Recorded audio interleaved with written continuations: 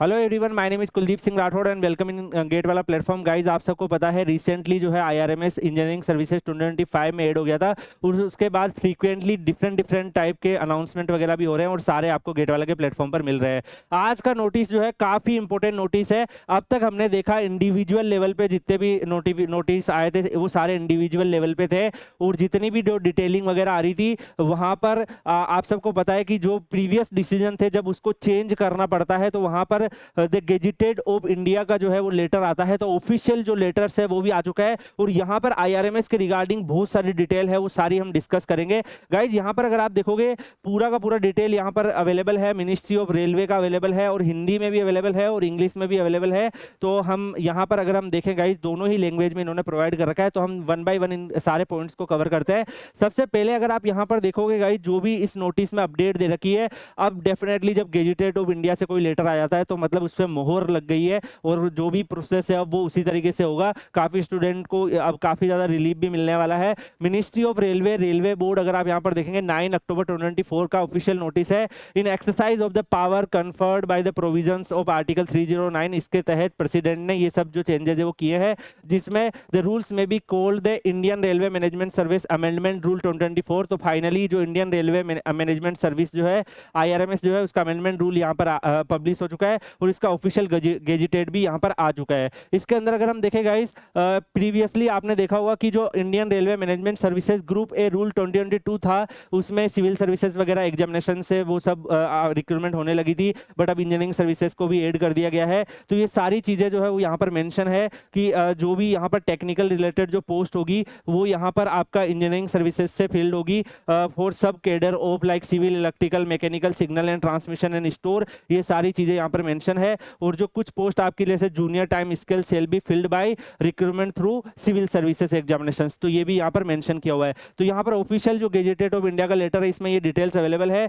इसके अलावा यहाँ पर शेड्यूल 1 में भी अगर आप देखोगे रूल्स नंबर्स वगैरह सारे लिखे हुए हैं, जिसमें the grades, the designation, the number of sanction post and the pay matrix of the duty post including the Indian railway management services का पूरा यहाँ पर डिटेलिंग अवेलेबल है कि यहाँ पर कौन कौन सी यहाँ पर grade of the duty post होगी, वहाँ पर कौन से जो वहाँ पर वहाँ पर रेलवे बोर्ड कौन सा, रेलवे बोर्ड में क्या है, लेवल ऑफ पे मैट्रिक्स क्या है, नंबर ऑफ पोस्ट क्या है। तो यहाँ पर अगर आप देखोगे जब आप ज्वाइन करते हो, for an example junior time scale पे असिस्टेंट मैनेजर की यहाँ पर आप ज्वाइन कर रहे हो, इसके बाद यहाँ पर आप क्लियरली देख पा रहे हैं रेलवे बोर्ड यहाँ पर नोट अप्लाइकेबल है, लेवल 10 का सैलरी मिलेगा और इसमें टोटल पोस्ट जो कितनी क्रिएशन हुई है, तो नंबर ऑफ पोस्ट जो यहाँ पर टोटल क्रिएशन हुआ गाइज वो 1647 का है। तो जूनियर टाइम स्केल में अप्रोक्सीमेटली 1647 पोस्ट का क्रिएशन होगा तो हुआ है। तो यहाँ पर गाइस देखो, अगर हम बात करें तो ये एक ऑर्डर इन्होंने डिसाइड किया कि इस तरीके से यहाँ पर डिफरेंट आईआरएमएस में जो है वो यहाँ पर पोस्ट होगी, जिसमें से अगर आप देखोगे इस साल जो रिक्रूटमेंट आई है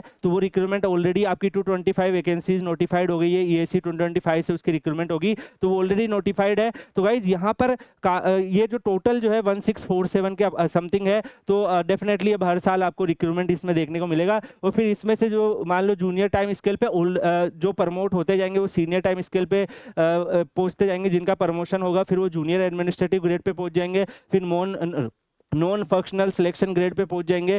तो ऐसे level 3, level 14, level 15, level 16, level 17 पहुंच के फाइनली अपेक्स लेवल तक भी पहुंच जाते हैं, जिसमें आप देखोगे तो अपेक्स लेवल पे टोटल 7 जो है यहाँ पर पोजीशंस रहेगी। एचएजी प्लस पे 59 पोजीशन, एचएजी पे 345, senior administrative grade pay 1333 something, यहाँ पर भी आप देख सकते हैं 3270 के आसपास। और यहाँ पर भी सारी पोस्ट बाइफर्केशन है। टोटल 8458 पोस्ट का क्रिएशन यहाँ पर है जो कि इस पर्टिकुलर फील्ड से रिलेटेड है, यहाँ पर आप देख पा रहे हैं। और यहाँ पर मैं आपको एक चीज बताना चाहूंगा गाइस, अब काफी स्टूडेंट बोलेंगे सर ये क्या सारी पे वैकेंसीज आएगी? गाइस मैं आपको बता दूं कि जैसे फॉर एन एग्जांपल जब आप ज्वाइन करते हो ईएसी क्लियर करके, तो आप जूनियर टाइम स्केल पे अगर ज्वाइन करते हो तो यहाँ पर आप ज्वाइन करोगे, इसमें ये पोस्ट पे ऑलरेडी काफी सारे जो है, मान लो कि ईएसी में आईआरएमएस के जो सिविल सर्विसेज से जो प्रीवियस ईयर्स में गए हैं वो लोग भी यहाँ पे काम कर रहे होंगे, और कुछ लोग जो है वो प्रमोट होकर ऊपर जैसे जैसे पहुंचते जाएंगे उस हिसाब से क्या होगा कि यहाँ पे सीट वीकेंट होती जाएगी और उस हिसाब से यहाँ पर आपके लिए वैकेंसीज भी आती रहेगी। तो टोटल जो पोस्ट है वो यहाँ पर ये अवेलेबल है। इसके अलावा जूनियर टाइम स्केल वाले सीनियर टाइम स्केल पे प्रमोट हो जाते हैं, ऐसे ही आगे फिर प्रमोशंस होते रहते हैं।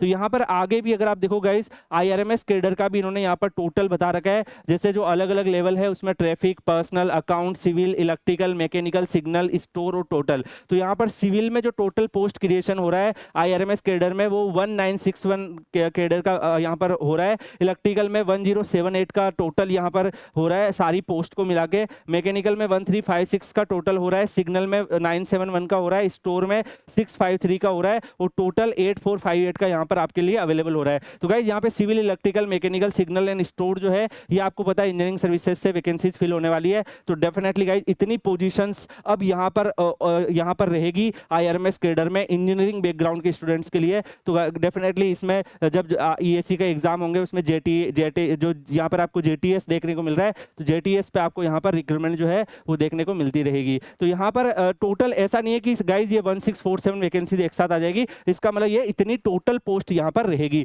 तो कंप्लीट अब जो है क्लियरिटी मिल रही है IRMS कैडर के थ्रू इस प्रेसिडेंट की, गवर्नमेंट ऑफ इंडिया के, गेजेटेड ऑफ इंडिया के ऑफिशियल लेटर से कि क्या क्या चीजें यहाँ पर अवेलेबल है। इसके अलावा भी गाइज डायरेक्टली इन्होंने बहुत सारी और भी इंफॉर्मेशन दे रखी है। यहाँ पर अगर आप देखोगे इस पर्टिकुलर लेटर से रिलेटेड, शेड्यूल सेकंड से रिलेटेड बहुत सारी अदर डिटेल्स है जो आप यहाँ पे नोटिस कर सकते हैं। तो in my opinion guys definitely इस लेटर में काफी ज्यादा क्लियरिटी हुई है IRMS कैडर को लेके। और इन माय ओपिनियन गाइज जो भी स्टूडेंट्स अब EAC 2025 के लिए या फिर फ्यूचर में EAC के लिए अपेयर कर रहे हैं, IRMS कैडर उनके लिए एक गोल्डन अपॉर्चुनिटी साबित होगा, क्योंकि गाइज यहाँ पर काफी सारी जो पोस्ट है वो इंजीनियरिंग बैकग्राउंड के स्टूडेंट्स के लिए रहने वाली है। तो in my opinion guys definitely आप लोगों के लिए काफी अच्छी न्यूज है। और गाइज जो डिफरेंट यहाँ पर लेवल क्रिएशन है, इस तरीके से वहां पर पोजीशंस का क्रिएशन होगा। ऑलरेडी काफी सारी मेन पावर वर्क कर रही है, कुछ मेन पावर जो है वो EAC के वैकेंसीज से निकल के उसमें एडिशन उसमें होता रहेगा। तो गाइज आप लोगों के लिए काफी ज्यादा इंपॉर्टेंट अपडेट था। आई होप सो कि आप सबको काफी सारी इंफॉर्मेशन यहाँ पे मिलेगी। स्टिल अगर आपको डाउट है तो वीडियो कमेंट सेक्शन में आप पूछ सकते हैं। अगर आप EAC या IRMS से रिलेटेड कोई भी गाइडेंस चाहते हैं तो आप Kuldeep sir _PW Telegram channel Telegram पे सर्च करके ज्वाइन कर लीजिएगा। वहां पर आपके करियर से रिलेटेड जो भी इंपॉर्टेंट अपडेट या इन्फॉर्मेशन आती है आपको शेयर कर दी जाती है। Thank you so much guys, मिलते हैं नेक्स्ट वीडियो में किसी और अपडेट के साथ। तब तक के लिए goodbye, take care, see you.